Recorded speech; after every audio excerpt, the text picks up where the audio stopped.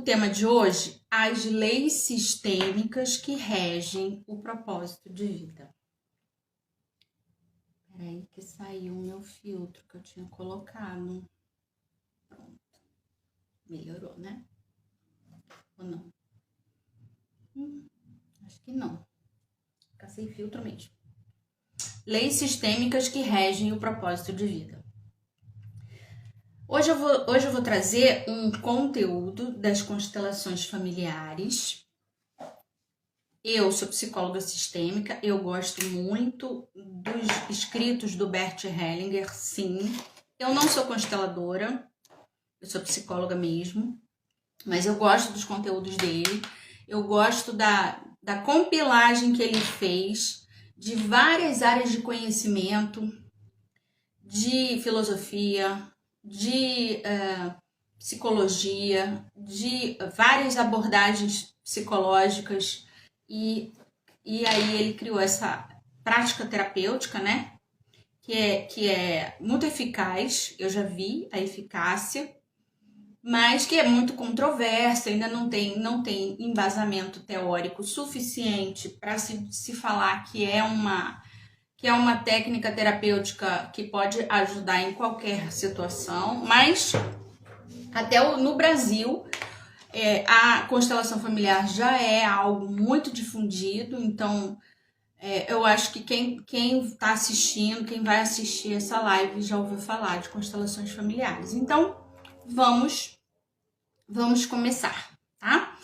Para quem não me conhece, eu sou a Carla Nascimento, eu sou psicóloga, mestre em psicologia do desenvolvimento humano e sou especializada em transtorno narcisista, transtorno borderline. Aqui no Instagram, se você der uma olhada aí no meu feed, você vai ver que tem muita coisa sobre narcisismo e transtorno borderline. Estou sempre me aprofundando, sempre pesquisando, estudando mais, para trazer mais solução para pessoas que têm transtorno, esses transtornos, ou pessoas que convivem com quem tem esses transtornos. E eu também sou terapeuta de casal. Há pouco tempo eu criei, pensando nas pessoas que não poderiam pagar a terapia, eu criei uma comunidade que está no WhatsApp e no Hotmart, onde eu trago conteúdos diários sobre relacionamento, propósito de vida, prosperidade, saúde mental e tudo dentro da abordagem, dentro da visão da psicologia sistêmica. Então eu sempre trago os conteúdos diários, sempre temos lives, temos trilhas de conhecimento lá no Hotmart, já estamos na 3ª trilha. E é isso, a cada mês um tema novo, a cada mês uma trilha nova e muito conhecimento, muita informação para as pessoas refletirem mais sobre as próprias vidas, sobre a sua personalidade e sobre como que elas vão utilizar os seus traços de personalidade para alcançar seus objetivos. Mas agora vamos lá para o tema da live. Esclarecendo um pouco o que é a constelação, o que são as constelações familiares, o que é isso? É uma abordagem terapêutica desenvolvida pelo psicoterapeuta alemão Bert Hellinger. Essa metodologia, ela ajuda a identificar e a resolver, né, padrões de relacionamento familiares ocultos, que muitas vezes estão ocultos, né? As pessoas que vão para terapia, muitas vezes elas não sabem da onde elas estão com algum sintoma, seja psicológico, seja emocional, seja relacional e às vezes físico também, e elas não sabem de onde está vindo isso. O que é isso que às vezes se repete, ou que entrou na sua vida e você não consegue mais sair desse sintoma, né? E as constelações familiares ajudam então a ter um entendimento das dinâmicas ocultas familiares, como que essas dinâmicas podem estar influenciando no surgimento e na manutenção desse sintoma. Então, a premissa principal das constelações é que as nossas vidas elas são muito impactadas pelo sistema familiar. Então, a gente tem um sistema que é ali os nossos pais, os nossos tios, os irmãos, mas a gente tem toda uma ancestralidade de pessoas que vieram antes de nós, que construíram várias crenças, valores, padrões comportamentais que foram sendo passados de geração em geração por algum motivo. Tem sempre um bom motivo para esses padrões de comportamento existirem numa família. Tem famílias que são mais controladoras, famílias que são mais ansiosas, famílias que são mais dispersas, cada um cuida da sua vida, famílias que são extremamente competitivas, com traços narcisistas, famílias muito disfuncionais, com casos de esquizofrenia, casos de borderline. Então, que padrões são e de onde vêm essas situações todas, né? Elas vêm de algum lugar, elas vêm de ancestralidade, vêm de várias centenas de anos de familiares, de pessoas que foram se unindo, criando sistemas até chegar no que você vive hoje.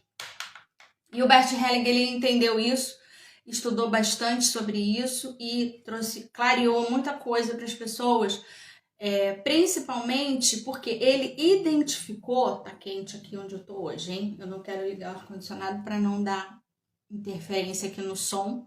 Inclusive, me digam aí se o som tá bom. Quem tá aqui, me diga aí se o som tá bom. O Bert Hellinger, então, ele identificou 3 leis que regem as nossas relações. E hoje eu trouxe essas 3 leis para fazer uma ponte com o tema do mês lá na comunidade Vida Abundante, que é propósito de vida. A gente tá identificando, primeiro a gente está identificando o que é propósito de vida, já falamos sobre isso. A gente já falou sobre como chegar nesse propósito de vida, o que passos a gente pode dar individualmente para chegar nesse propósito de vida. Mas agora hoje eu quero falar das nossas relações e como que quando a gente consegue alcançar mais liberdade emocional com as nossas relações, a gente tem com o nosso propósito de vida.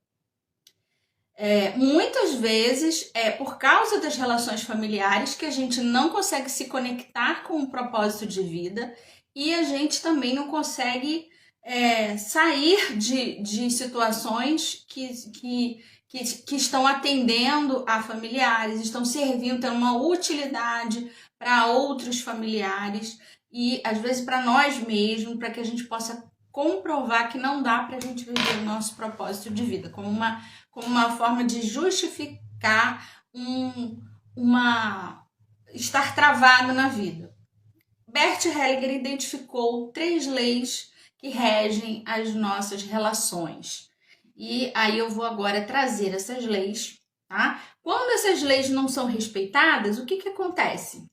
Desequilíbrio, dependência emocional, transtornos emocionais, transtornos de personalidade, fracasso muitas vezes, né, em várias situações. Então vamos ver aqui. Tá bom o som, gente? Quem tá aí? Fala pra mim. Vamos começar a falar então das leis, tá? Primeira lei. A lei da ordem. Vamos ver como que a lei da ordem, o que é a lei da ordem, como que ela ajuda a gente como que ela rege, né, o nosso propósito de vida. Quando a gente respeita essa lei, como que isso ajuda a gente a identificar e viver o nosso propósito. A lei da ordem, ela fala da importância da gente respeitar a hierarquia dentro do sistema familiar. Então, que hierarquia é essa? Tem membros que chegaram primeiro dentro da família. Essa ordem, ela tá meio bagunçada. Quando essa ordem é respeitada, a energia, ela flui dentro da família de forma clara e tranquila. Mas quando ela não é respeitada, há um desequilíbrio muito grande e muita dependência emocional, tá? Como que essa lei, ela rege o nosso propósito de vida? Primeiro, quando a gente aceita o nosso lugar. Eu vejo muitas famílias onde o filho tem que tomar conta da mãe, tem que tomar conta do pai, é mais maduro que a mãe, é mais maduro que o pai. Ou então o filho caçula se responsabiliza pela vida do filho mais velho, toma conta do filho mais velho, porque o filho mais velho e tal. Então, quando essas ordens elas são invertidas, essa hierarquia ela é invertida, o que acaba acontecendo? Você não tem clareza do seu lugar, você não tem clareza do seu caminho, para onde você quer ir, né? A gente precisa ter muita clareza, por exemplo, que os pais nos doando vida nos capacitam para ir em busca de mais vida. Não, e muitas vezes eu vejo o contrário, eu vejo os filhos dando vida para os pais, porque o pai está deprimido, porque o pai ele é muito mulherengo, então tem que tomar conta do pai para não magoar a mãe está sempre deprimida, preocupada com o que o pai está fazendo na rua, aí o filho vai, aí os dois brigam, aí o filho se mete no meio da briga dos pais, totalmente tudo fora de ordem. Como que uma criança de 10 anos, de 12 anos, vai conseguir começar a achar que ela vai ter algum sucesso na vida se ela olha para trás, olha para os pais e se preocupa com eles e se responsabiliza por eles? Não tem condição, né? Então, a ordem, ela ajuda a gente a entender o nosso lugar.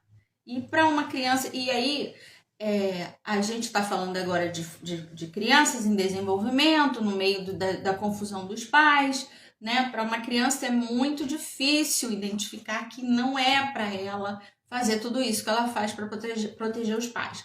Mas quando ela chega lá na frente, lá como adulto, essa criança vai já querer estabelecer relações nessas bases de mudança de ordem, de mudança de hierarquia, e ela vai ela vai ter muitas dificuldades. E aí é que possivelmente ela vai buscar algum tipo de terapia, a psicoterapia, ou até mesmo, né, as constelações, para ela tentar entender por que ela se posiciona diferente nos relacionamentos, e aí ela vai ver que tem um motivo, onde isso foi aprendido, onde tudo isso começou.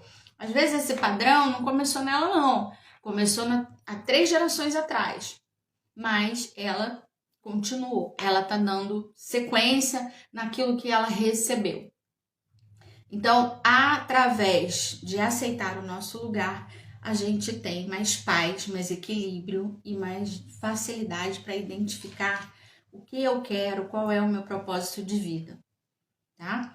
Outra situação que tem a ver com a ordem e que ajuda a gente quando a gente respeita essa lei da ordem, a liberação de cargas emocionais. Então a gente se libera de pesos que não nos pertencem. Nesse exemplo que eu dei, em que a criança toma conta do pai para não brigar com a mãe, fica no meio da confusão dos pais, o que acontece com ela? Carga emocional.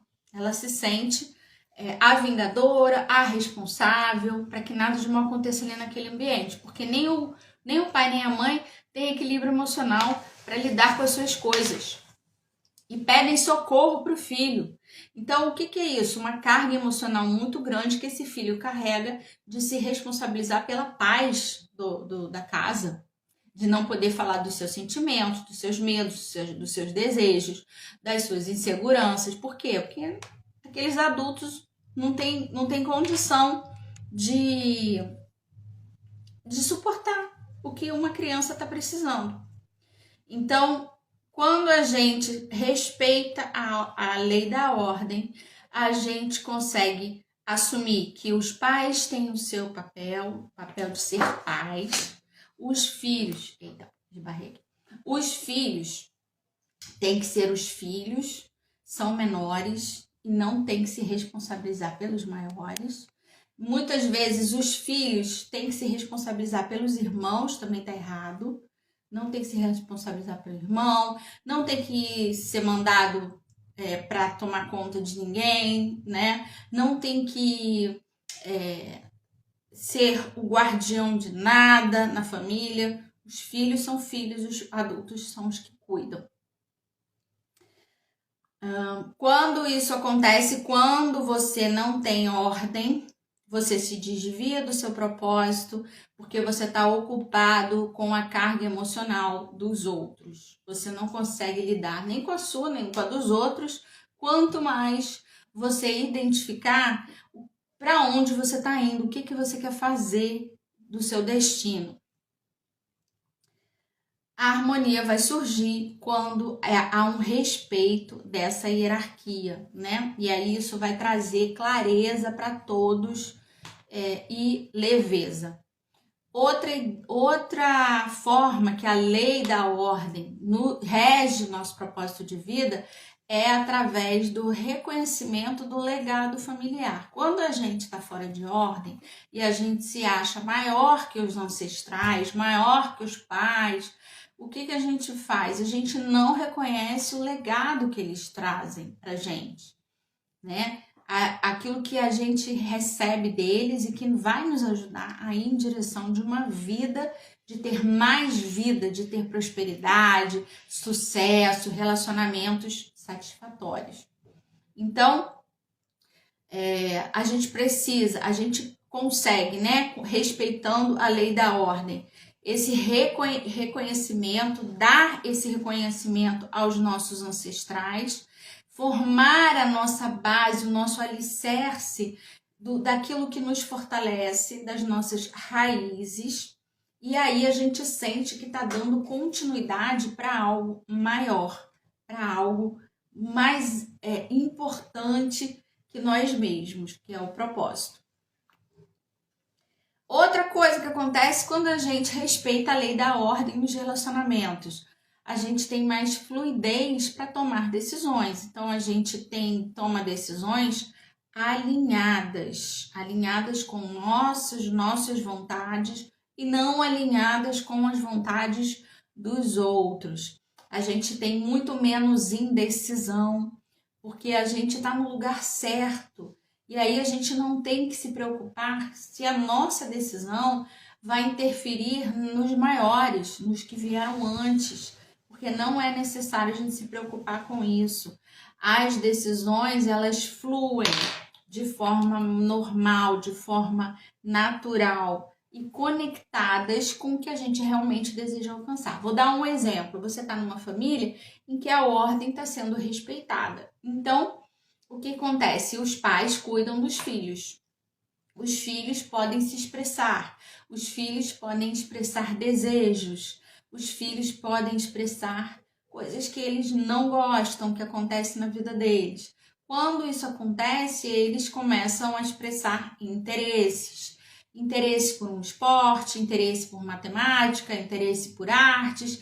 E os pais, deixando esse filho livre para se expressar, identificam aquela habilidade, aquela vontade, aquele amor por alguma coisa que aquela criança tem, e ela começa a tomar decisões junto com os pais, com a ajuda dos pais, para ir na direção disso já ainda quando é criança. Isso acontece quando você tem numa família a ordem preservada e o respeito a essa hierarquia de maneira geral. Segunda lei que o Bert Hellinger identificou e que rege também o nosso propósito de vida, a lei do pertencimento. O que essa lei diz? Todo mundo tem direito de pertencer. Uma abelha, gente. Uma abelhinha caiu no meu café. Todo mundo tem direito de pertencer. O que significa isso? Quando alguém é excluído, isso cria um desequilíbrio. Como que é essa exclusão? A pessoa é banida da família? Geralmente a exclusão acontece quando alguém faz alguma coisa que é muito contra as normas da família, as regras e crenças da família. Então aí o que a pessoa faz? Ela ousa ser diferente e aí todo mundo exclui, né? Os outros integrantes da família não dão atenção, não apoiam em nada, criticam, não chamam para as reuniões. Aquela pessoa ela vai sendo colocada de lado. Por quê? Porque ela não é aquilo que o grupo gostaria. Tem famílias que são muito coesas, então elas só recebem integrantes parecidos, né? E quando algum integrante começa a querer destoar, ele rapidamente é chamado ali a atenção. Não, você não pode morar junto, você tem que casar na igreja, porque todo mundo na nossa família casa na igreja. Não, você não pode ser nadador, porque na nossa família todo mundo é cirurgião, né? Você não pode ser ator, porque na nossa família todo mundo é militar.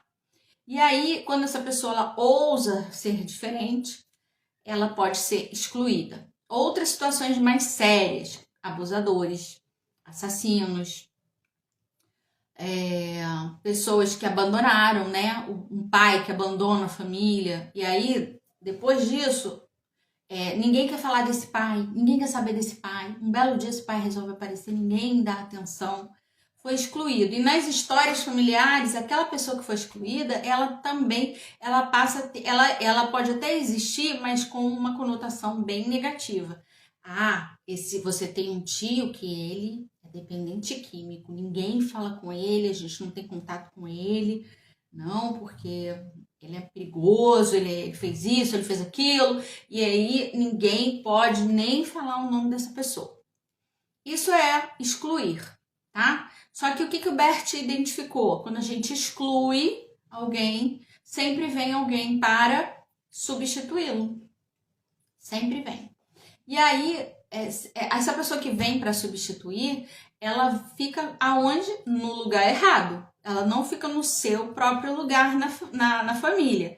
E ela começa, então, a ter desequilíbrio, comportamentos disfuncionais. Muitas vezes ela vem exatamente igual aquele integrante que foi banido da família, que foi excluído. E o processo todo terapêutico é de trazer de novo aquele integrante como alguém que faz parte e que fala sobre algo da família e que aquele algo da família que está sendo falado precisa ser conversado, precisa ser introjetado e aceito.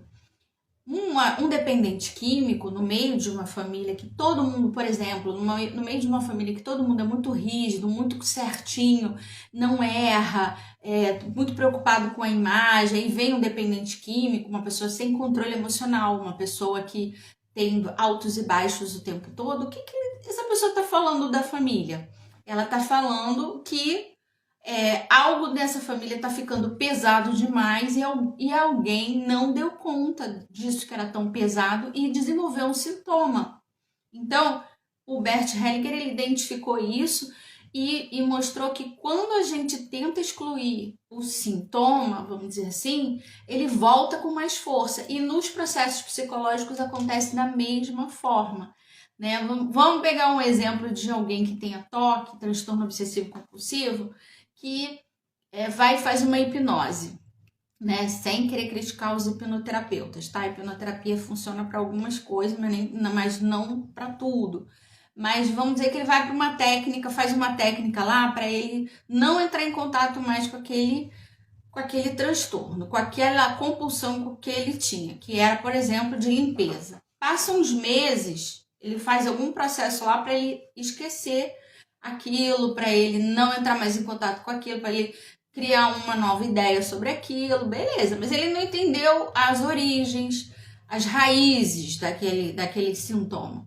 Daqui uns meses, ele vai estar desenvolvendo uma compulsão por alguma outra coisa.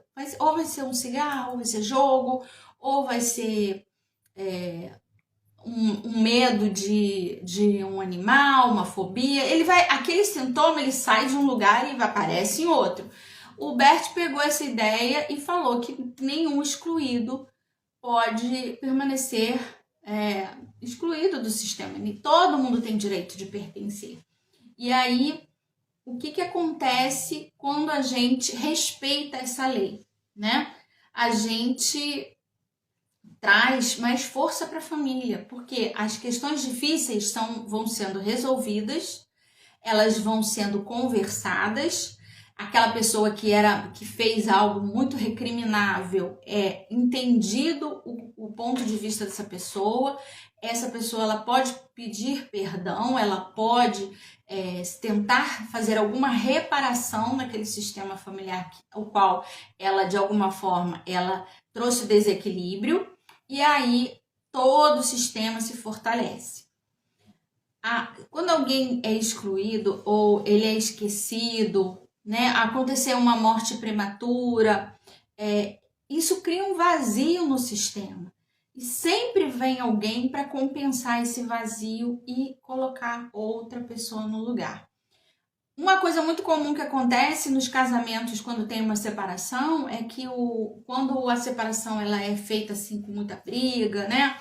E aí o que sai de casa e que vai não pode mais, não está mais ali no sistema, né? Muitas vezes é o homem que sai de casa, então ele fica aquele vazio ali. Quem é que tomava a decisão? Quem é que fazia as coisas? Quem é que era o forte da casa? Aquela pessoa foi embora. Muitas vezes um filho que está ali vira o forte da casa. Vira aquele que toma conta, que decide, que fica na frente, que protege. Por quê? Porque foi necessário, ficou um vazio. Ninguém conseguiu conversar e entender que não era necessário excluir aquela pessoa da vida. Ele saiu da convivência, mas não precisava sair da vida das pessoas. Mas às vezes acontece.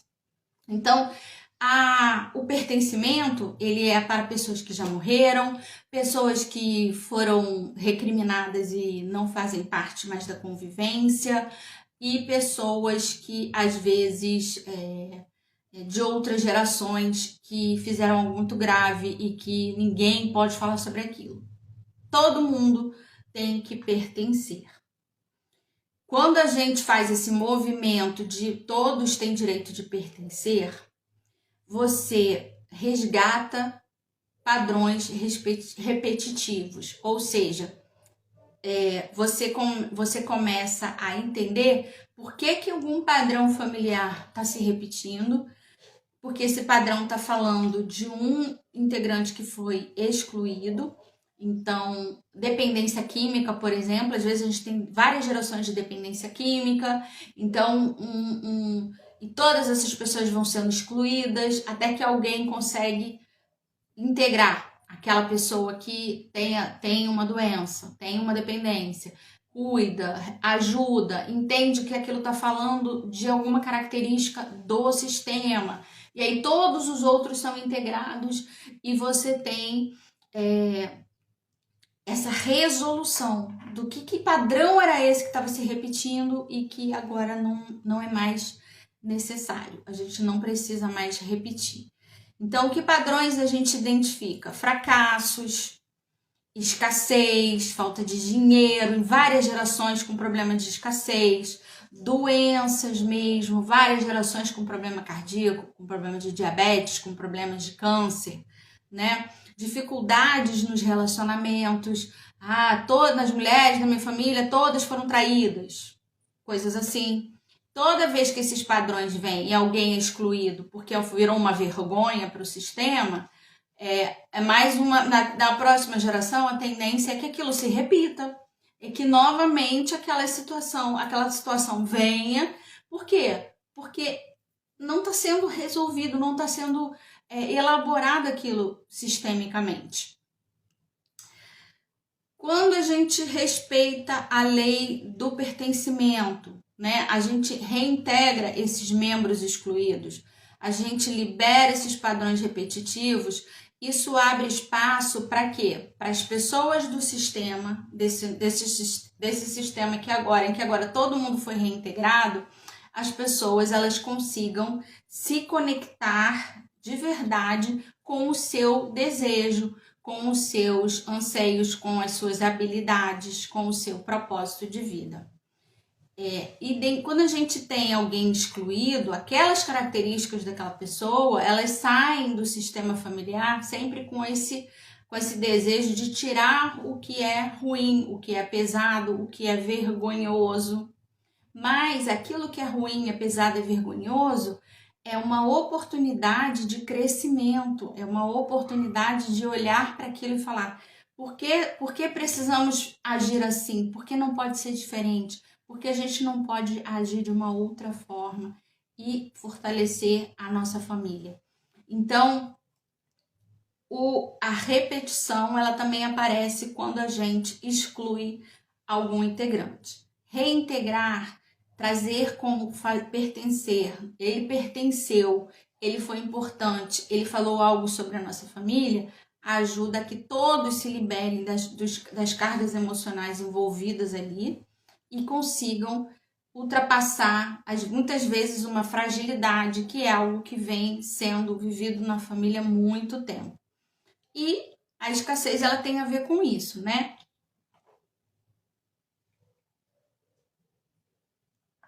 A escassez, o padrão de escassez familiar, ele às vezes ele tem a ver com um parente que foi excluído. Por exemplo, eu tinha um avô, né? Um exemplo, um avô que era rico. Muito rico, muito, muito rico. Mas ele foi enganado pelos sócios. E aí foi roubado. E depois que ele foi roubado, a família passou por muitas dificuldades, ele morreu, a viúva teve que cuidar dos filhos sozinha, aconteceu uma sequência de coisas. Aí os filhos, o que os filhos fizeram? Recriminaram o pai. Como meu pai deixou aquilo acontecer?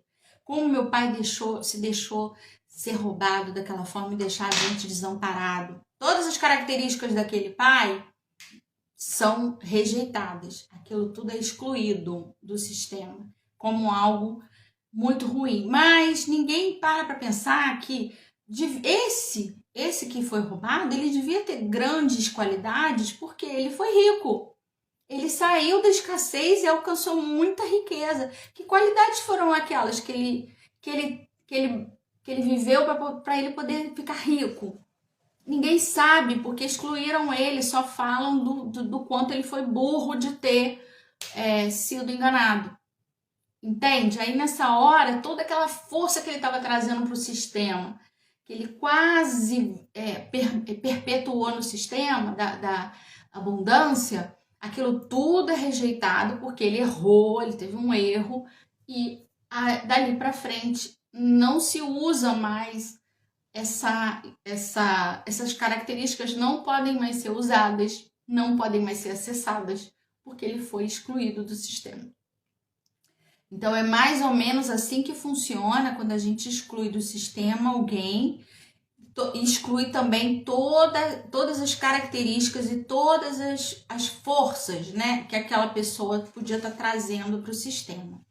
Carla, mas às vezes a gente exclui porque foi um assassino, foi um abusador, foi alguém que foi muito ruim mesmo, não teve qualidades, ele só prejudicou. O que a gente exclui? A nossa culpa, né? A gente diz, somos todos inocentes aqui. Só aquele lá que fez tudo aquilo que é culpado. E na verdade ele é fruto desse sistema. Enquanto esse sistema não se cura dessas coisas que ele mesmo gerou naquela figura daquela pessoa, vão continuar aparecendo nesse sistema essas mesmas características. Continuando, senão eu tô falando muito. Continuando. Em relação ainda à lei do pertencimento, tá? Todos os membros têm que ser aceitos, como eu já falei, né? Essa aceitação, ela vai criar um ambiente de paz, de reconciliação e vai permitir que todos ali possam se concentrar no que realmente querem fazer na vida, né? Se concentrar no seu propósito. Quando a gente se conecta com todos, todos os nossos ancestrais, todos fazem parte, a gente reconhece que pertencemos a uma linhagem, né? Que nós temos uma continuidade de uma força que está sendo passada adiante de uma forma com muito equilíbrio, com muita fluidez, né? E aí a gente entende melhor a história de quem começou antes de nós, a motivação, a resiliência dessas pessoas que vieram antes de nós. A gente entende tudo isso e, diante das dificuldades, a gente consegue acessar essa força ancestral e se identificar e tentar seguir mais adiante. Como é aquele exemplo que eu dei do avô que foi muito rico, que foi enganado, quando eu consigo receber esse avô no meu coração e entender que ele, até um certo ponto, ele conseguiu ir, mas aí algo aconteceu e ele perdeu tudo aquilo que ele tinha conquistado, mas e o que ele conseguiu? Como foi que ele conseguiu? Que características desse avô eu posso acessar em mim, porque elas estão todas em mim. Eu posso acessar em mim para que eu vá mais além. Por que não honrar ao invés de criticar? Por que não dizer, avô, agora eu sigo mais adiante com aquilo que você me deu? Né? Mas muitas vezes não, só se fala do que foi ruim, do que ele trouxe de ruim. E, na verdade, ninguém é 100% ruim, nem 100% bom. Ninguém.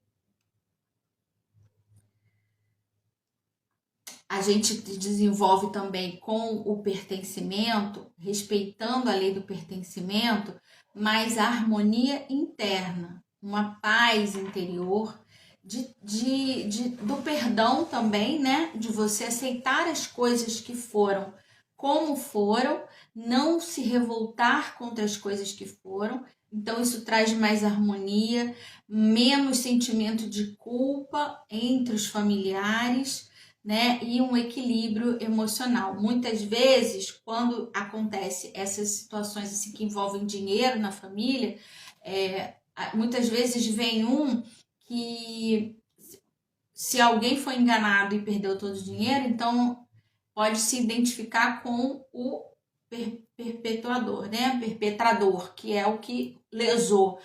Então agora eu também vou ser, já que o meu avô perdeu tudo, então eu vou ser o que engana todo mundo. Porque não adianta a gente confiar em ninguém. Aí vem aquele integrante da família que fica ali na posição daquele que foi o que lesou a família. Acreditando que agora vai conseguir superar a escassez, sendo o vilão da história, sendo o lado negativo daquilo tudo que aconteceu. Então, não há paz, não há perdão, há sentimento de culpa, há sentimento de vingança quando a gente exclui também, quando a gente exclui algum integrante da família. Então, a lei do pertencimento, ela vai ajudar a garantir, né, que todos sejam reconhecidos e incluídos. E com isso, a gente fortalece a nossa base emocional, a gente fortalece a nossa capacidade de superação. Por quê? Porque a gente conseguiu aceitar que nem sempre vem coisas boas dentro daquele nosso sistema familiar, que essas coisas que não são tão boas que vêm, elas estão falando sobre algo da nossa família, sobre uma necessidade. Muitas vezes, quando vem alguém borderline, falando agora dos transtornos de personalidade, né? Quando vem alguém borderline no sistema familiar, o que esse borderline está falando do sistema? Ele está falando de um sistema disfuncional, de um sistema em que não se pode, não há espaço para receber o emocional do outro. Então, o emocional ele vem totalmente descontrolado, desregulado, porque ninguém ali naquele sistema consegue ensinar para as crianças sobre regulação emocional. Ou está falando de um vazio muito grande existencial daquelas pessoas que estão ali, que não se conhecem, que não conseguem construir uma identidade fortalecida e não ensinam para as crianças da família a ter uma identidade fortalecida. Por que muitas vezes? Porque também receberam isso de outra geração. Então, quando nasce um narcisista, né? Você vê um narcisista crescendo muito pequenininho, aquela criança ela já começa a acreditar que ela não pode errar, que ela não pode demonstrar fragilidade, que ela tem que passar uma imagem de poder, de força, de excelência. Por quê? Porque dentro tem um sistema familiar ali dizendo que não aceitamos fracasso, não aceitamos falhas, não podemos ter fragilidade. Então, o sistema tá doente, o sistema tá disfuncional. E aí vem uma pessoa que ela representa toda aquela disfuncionalidade. Então, até agora, olhem para as famílias de vocês e para a questão que vocês estão... O que vocês estão pensando aqui agora sobre propósito de vida e tenta identificar o que aonde você vê mais dificuldade para você identificar o seu propósito de vida, se é por causa de relacionamentos que você tem, se é por causa de problemas de saúde que você tem, se é por causa de realmente não ter, conseguir se conectar com o que é bom e importante na sua família. E aí você vai conseguir ver que essa dificuldade, ela está falando de uma dificuldade muitas vezes do sistema como um todo. De não conseguir falar sobre aquilo que mais pesa, que é mais difícil de lidar na família. É o dinheiro, é a saúde, é questões emocionais. Isso está atrapalhando a prosperidade. Isso está atrapalhando encontrar esse caminho aí de sucesso, de viver o seu propósito. Loureiro está perguntando o que é borderline. Borderline é um transtorno de personalidade. É um transtorno de personalidade em que a pessoa ela não consegue regular o seu emocional. Ora ela está muito feliz, ora ela está com muita raiva, ora ela está muito triste. O emocional, o nosso emocional, pessoas que não têm transtorno de personalidade, você fica triste com alguma situação, mas daqui a pouco você fala assim, não, agora eu vou respirar, eu vou me equilibrar porque eu tenho que continuar o meu trabalho. O borderline ele tem muita dificuldade de fazer isso. Ele fica triste e fica lá, ele vai ficando cada vez mais triste. Ele fica com raiva e ele vai escalando a raiva dele. Ele não consegue sair do emocional com facilidade. Entre outras coisas, a principal característica é essa, tá? Esse é o transtorno borderline. Agora vamos para a lei do equilíbrio. Já falei da lei do pertencimento, da lei da ordem, né? E agora, lei do equilíbrio. Peraí, deixa eu achar aqui. A gente tem que manter trocas equilibradas entre o dar e o receber. Então, numa relação, você contribui com alguma coisa e a outra pessoa também contribui e vocês têm um relacionamento de equilíbrio. Quando você sente que numa relação você está dando mais do que recebe, desequilíbrio. Ou o outro te dá tanto que você fica sufocado, sobrecarregado, desequilíbrio. Então, essa lei é super importante, porque quando a gente está vivendo dentro de um equilíbrio nos relacionamentos, a gente não sente nem culpa nem inocência. Lá na comunidade eu falei bastante essa semana sobre isso.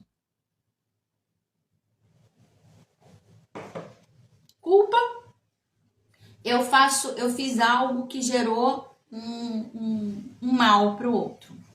Eu não consegui ver o que o outro precisava. E aí eu tenho uma atitude com o outro estranha, que magoa o outro. E aí, inocência. Inocência tem a ver com eu me sinto injustiçado, eu não merecia aquilo. Isso é um indício muito claro de desequilíbrio no relacionamento. Então, você não pode nunca gerar culpa no outro, você também não pode ficar achando que você é o único responsável por nada do que acontece, por tudo que acontece ali no relacionamento.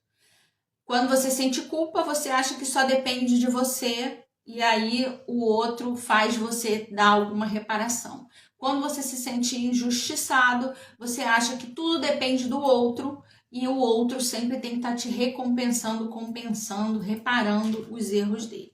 Então, quando há equilíbrio, ninguém sente culpa nem inocência. Todo mundo se sente responsável e tenta dar e receber de forma equilibrada. Ah, Carla, mas isso é aquela história que... Como é que fica essa história agora que todo mundo tá falando sobre o homem ser provedor, o homem pagar tudo, a mulher poder ficar em casa cuidando da família? Que história é essa aí? Como é que tem equilíbrio? Porque o equilíbrio não tem a ver com coisas materiais. O equilíbrio tem a ver com trocas emocionais. Então, ele tem a ver com quando eu preciso de apoio, de consolo, de acolhimento, eu recebo. Quando o outro está precisando de mim, eu consigo dar mais para ele naquele momento que ele está precisando, está doente, está com um processo de tristeza, de depressão, um luto. Eu consigo me doar mais para aquela pessoa porque ela não está podendo trocar comigo em equilíbrio. E aí vai. E tem horas que um doa um pouco mais, o outro um pouco menos, e depois inverte, mas sempre buscando um equilíbrio, tá? Aí a vida flui de maneira harmoniosa, a gente consegue se conectar com o nosso propósito de vida com mais facilidade. Por quê? Porque eu não tenho dependência emocional, eu não tenho que ficar vivendo 24 horas em função das necessidades de ninguém e eu também não fico sobrecarregado tendo que me submeter a tudo que o outro quer fazer porque o outro é que é o responsável ali na relação. Quando todo mundo se responsabiliza, todo mundo consegue tomar decisões e ir em direção àquilo que realmente deseja. Então, dar e receber dentro desse contexto das relações, das constelações familiares, é essencial. Tanto dentro da família, nas relações amorosas, no trabalho, amizades, tudo vai se manter saudável se houver equilíbrio.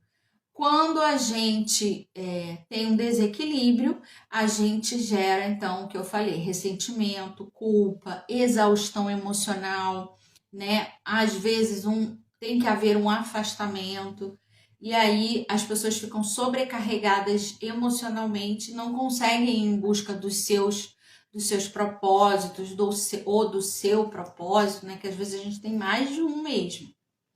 Quando a gente consegue respeitar essa lei do equilíbrio, a gente não se sente endividado emocionalmente, né? Aquela coisa de eu devo isso para os meus pais. Eu vejo muito isso acontecendo, né? Os pais viveram na escassez a vida toda, passaram para os filhos o que foi possível em termos de educação, de valores, os filhos crescem, prosperam e começam a tentar devolver tudo para os pais. Uma vez eu escutei uma história dentro da minha família que a mulher falava assim, que o marido, tudo que ele comprava para a casa deles, ele comprava igualzinho para a mãe dele. Se ele fosse reformar o banheiro da casa, ele ia reformar o banheiro da casa da mãe dele. Se ele comprasse uma televisão, ele comprava uma televisão para a mãe dele. O que ele estava fazendo? Tentando compensar essa mãe de toda a escassez que ela viveu a vida toda. Como se fosse possível retribuir alguma coisa que para ele era uma dívida emocional. O que é isso? Desequilíbrio. Porque naturalmente os pais dão o que têm para que o filho possa seguir adiante. Mas quando o filho para de ir em direção à vida, se volta para os pais e tudo que ele conquista, ele quer recompensar os pais, ele trava também. Ele não consegue viver o propósito dele. Ele se sente devedor. Então, isso daí também é algo muito importante quando a gente vive relações de equilíbrio. E nesse caso dos pais, entre pais e filhos, o equilíbrio ele tem a ver com os filhos passarem adiante aquilo que receberam com mais intensidade. Então, os pais passam mais do que receberam dos pais deles, E você, quando você tiver os seus filhos, você vai passar adiante mais. Isso é o equilíbrio nas relações entre pais e filhos. Não é os filhos devolvendo, tentando devolver algo que não tem como. Não tem como você pagar a vida que você recebeu. Então, nesse sentido, não vai ter equilíbrio nunca. Mesmo que você dê casa, carro, casa de praia para os pais, não tem como você recompensar o que os pais te deram. A única maneira é você passar essa vida adiante. É você ter filhos, ensinar para os seus filhos a terem mais, a buscarem mais vida, mais saúde, mais relacionamentos felizes, tudo mais. Aí você vai estar trazendo equilíbrio para essa relação pais e filhos, tá? Então, quando a gente vive dentro da lei do equilíbrio, a gente tem relacionamentos emocionais mais leves, sem culpa, sem endividamento, né? E a gente consegue, então, viver o nosso propósito sem culpa e prosperar com muito mais vitalidade, muito mais vida dentro de nós. Outra coisa importante que eu já falei em outros vídeos, que prosperidade é igual a vida. Quanto mais vida você traz para você, mais você prospera. Que é? Como assim, Carlos? Vida? Quanto mais você cuida dos 7 pilares da autoestima. O que são esses 7 pilares? Saúde física, saúde mental, espiritualidade, relacionamentos afetivos, relacionamentos sociais, trabalho e... Faltou um, né? Qual é, gente? Faltou. Falei 7? 7. Trabalho e...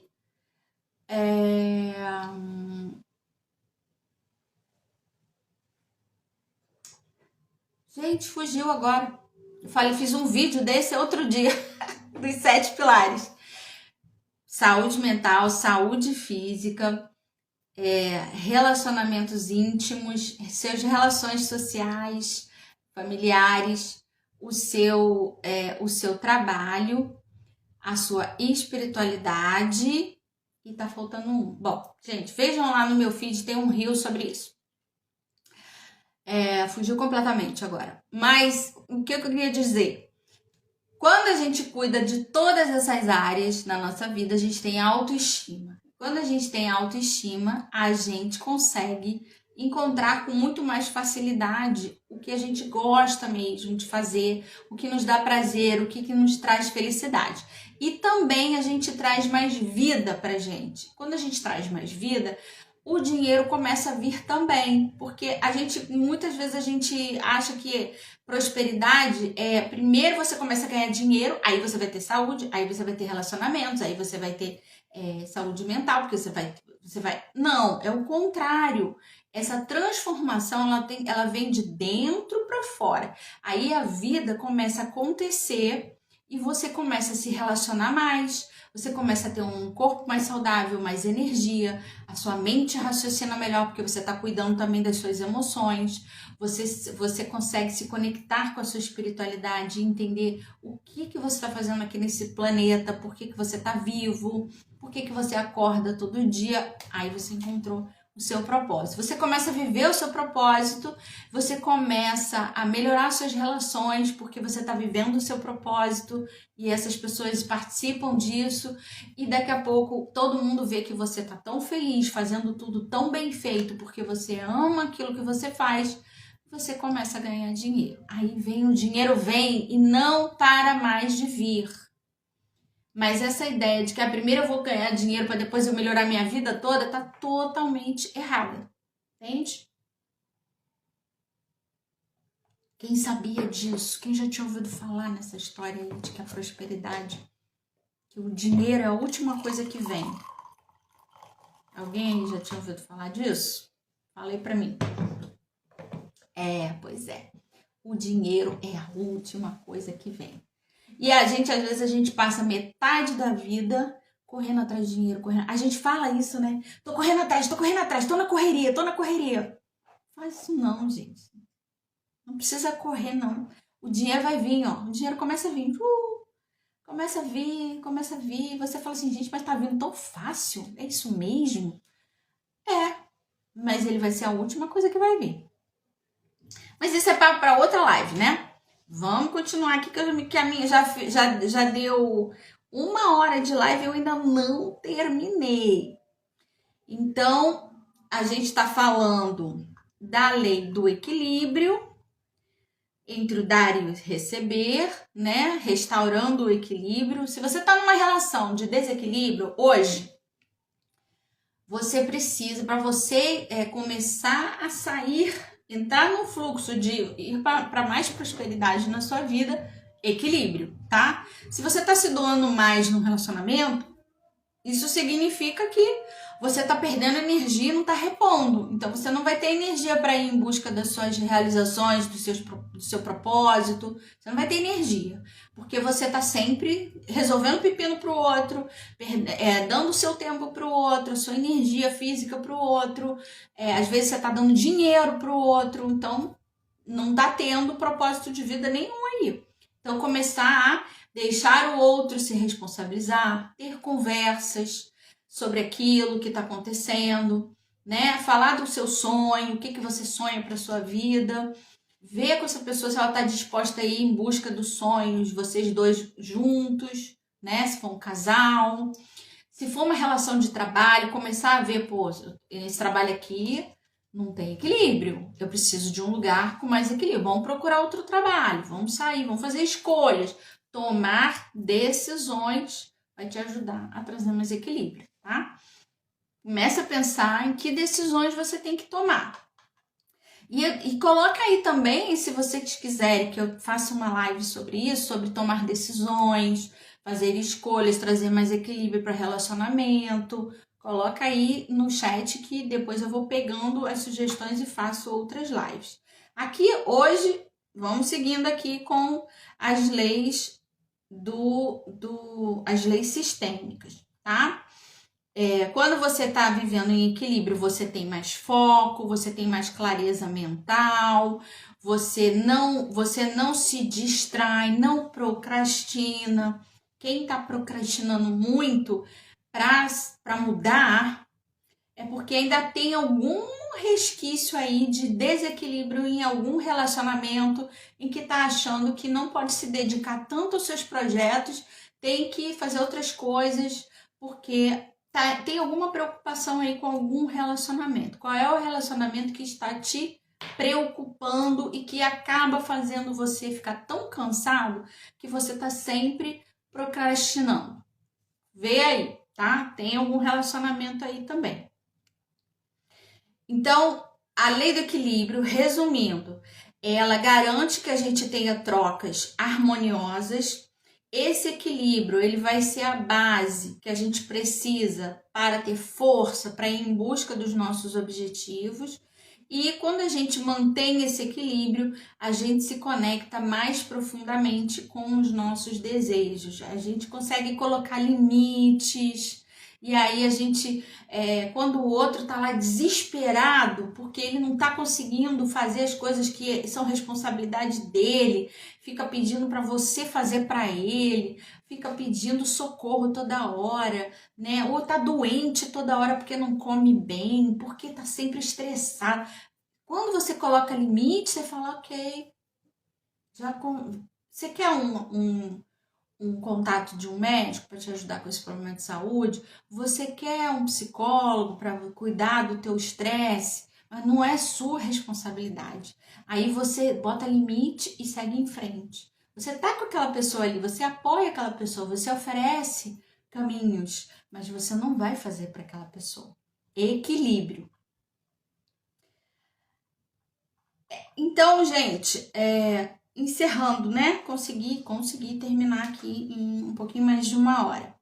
O que a gente falou hoje? Falamos de relacionamentos familiares, como que esses relacionamentos familiares, eles ensinam pra gente padrões e a gente repete esses padrões e que quando a gente está desrespeitando alguma das leis sistêmicas, esses padrões, eles se repetem, e a gente não consegue sair muito do lugar e acaba não vivenciando o nosso propósito de vida. Foi sobre isso. Eu falei da lei da ordem, da lei do pertencimento e da lei do equilíbrio. A ordem tem pessoas que vieram primeiro no seu sistema familiar. Essas pessoas elas são maiores que você. Elas chegaram primeiro. E você não tem que trocar de lugar com ninguém. Nem com seu irmão você não deve trocar de lugar. Vou dar um exemplo meu rapidinho. Eu, durante muito tempo, eu tinha uma crença de que eu era a irmã mais velha. Mas a minha mãe, quando teve a primeira gravidez, o filho morreu durante o parto. Um pouco antes do parto, uma coisa assim. E aí ela falava isso pra gente, né? Que tinha tido esse filho. Mas aí sempre falava pra mim, você é a mais velha, você é a mais velha. Você tem que dar exemplo pro seu irmão, você é a mais velha. E eu incorporei aquilo ali e aquilo me trouxe alguns pesos ao longo da vida. Até que chegou uma hora que eu falei assim, não, mas eu não sou a mais velha, eu sou a filha do meio. Eu sou a filha do meio. E isso me colocou de novo no meu lugar, principalmente em relação ao meu irmão mais novo, que era aquele que eu tinha que tomar conta. E depois eu falei assim, gente, como assim, né? A gente é adulto agora, ninguém tem que tomar conta de ninguém, não. Mas essa ideia de você é a mais velha, você tem que tomar conta, você é a mais velha, era muito forte. E quando eu me coloquei no meu lugar, eu fiquei mais leve. E a minha relação com ele, com meu irmão, melhorou. É interessante, tentem prestar atenção nisso daí na família de vocês. Com relação à lei do pertencimento, ninguém deve ser excluído. Porque quando a gente exclui alguém, a gente está excluindo toda a força também que vem junto com aquela pessoa, que poderia nos ajudar a ir em busca do nosso propósito de vida, entender a nossa família e aceitar a nossa família em todos os aspectos. É super importante para a gente se sentir livre, liberado para ir em direção ao nosso propósito de vida, tá? A terceira lei, que é a lei do equilíbrio, é entre o dar e o receber. Observem as trocas familiares. Começa lá atrás, quando a gente era criança. Por exemplo, você tinha espaço para você escolher a comida que você ia comer, para você escolher se você queria comer cenoura ou queria comer batata, se você tinha condição de decidir o brinquedo que você queria brincar. Eu conheço gente que não podia escolher nenhum brinquedo, uma mãe que escolhia qual era o brinquedo que a criança ia brincar. Coisas assim, né? Isso já é de pequenininho que a gente aprende sobre equilíbrio, né? Ou se você é mãe, você é super protetora, você fazia demais pelo seu filho e aí hoje ele não consegue sair do lugar. O que aconteceu que você identifica na sua família onde teve desequilíbrio, né? Ou botava você para resolver tudo sozinha, vai sozinha no dentista, vai sozinha para a escola, resolve lá e você sentir precisando de apoio não tinha. Desequilíbrio também, né? Sobrecarga. O que você via de desequilíbrio? Isso também é um indicador de algo que possa estar dificultando você encontrar o seu propósito.